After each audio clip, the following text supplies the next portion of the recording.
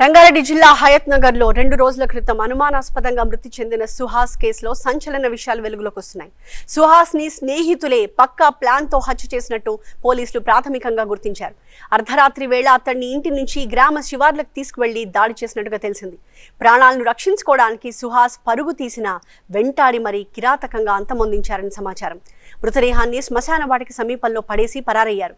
అయితే ఈ దారుణానికి యువతితో ఉన్న ప్రేమ వ్యవహారమే కారణమా లేక పాత ఆర్థిక వివాదాలు కూడా ఏమైనా ఉన్నాయా అన్న కోణంలో దర్యాప్తు కొనసాగుతోంది. మరింత సమాచారాన్ని మా కరెస్పాండెంట్ జ్యోతి అందిస్తారు. స్నేహితులే కదా అని చెప్పి అర్ధరాత్రి ఇంట్లో నుంచి బయటికి వెళ్ళినటువంటి సుహాస్ అలియాస్ లడ్డు అనే ఒక యువకుడిని అత్యంత దారుణంగా హత్య చేసినటువంటి ఘటన హయత్ నగర్ పోలీస్ స్టేషన్ పరిధిలో చోటు చేసుకుంది. ప్రస్తుతం సుహాస్ ఇంటి దగ్గర ఉన్నాము. మనం చూస్తున్నటువంటి ఈ ఇంట్లో సుహాస్ తో పాటు అతని తల్లి వాళ్ళ సోదరి ఇక్కడ నివసిస్తూ ఉన్నారు. అయితే ప్రధానంగా సుహాస్ కి గత కొన్ని రోజుల నుంచి కూడా గాంజాయికి బానిసగా మారడము, ఆ తర్వాత వాళ్ళ స్నేహితులతో కూడా ఈ గాంజాయికి సంబంధించినటువంటి అమ్మకాలు సరఫరా లాంటివి చేయడం లాంటివి కూడా చేస్తూ ఉండేవాడు.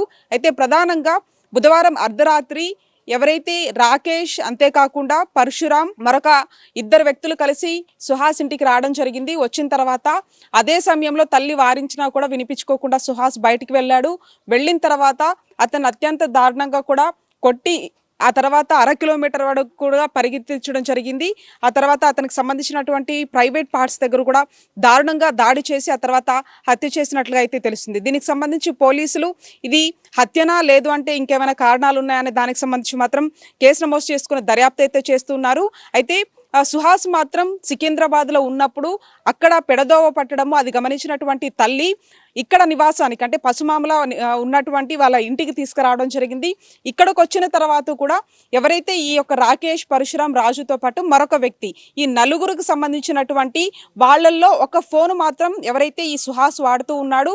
అదే సమయంలో ఇన్స్టాగ్రామ్ లో ఆ నలుగురిలో ఒకరికి సంబంధించినటువంటి ఒక గర్ల్ ఫ్రెండ్ తో చాటింగ్ చేయడము, అసభ్యకరంగా మాట్లాడడము, ఈ అంశాలన్నింటినీ కూడా ఈ నలుగురు దాన్ని కక్షగా పెంచుకోవడం, గతంలో వీళ్ళంతా కూడా గంజాయికి సంబంధించినటువంటి వ్యవసనాలకు పాల్పడడంతో పాటు సరఫరా కావచ్చు, విక్రయాలు కావచ్చు, ఇవన్నీ చేస్తున్నటువంటి ఒక ఆరోపణలు కూడా ఉన్నాయి. కాబట్టి వాటికి సంబంధించినటువంటి లావాదేవీల విషయంలో కూడా అతన్ని అర్ధరాత్రి బయటికి పిలిపించిన తర్వాత అత్యంత దారుణంగా అతని మీద దాడికి తెగబడ్డారు. ఆ తర్వాత అంటే దీనికి సంబంధించి కారణాలు ఈ గాంజాయితో పాటు యువతికి సంబంధించినటువంటి గొడవల కారణంగానే ఈ హత్య జరిగిందా, ఇంకేమైనా కారణాలు ఉన్నాయా అని దానికి సంబంధించి మాత్రం పోలీసులు కేసు నమోదు చేసుకొని దర్యాప్తు చేస్తూ ఉన్నారు. విజువలిస్ట్ హరితో కలిసి జ్యోతి టీవీ 9 హైదరాబాద్.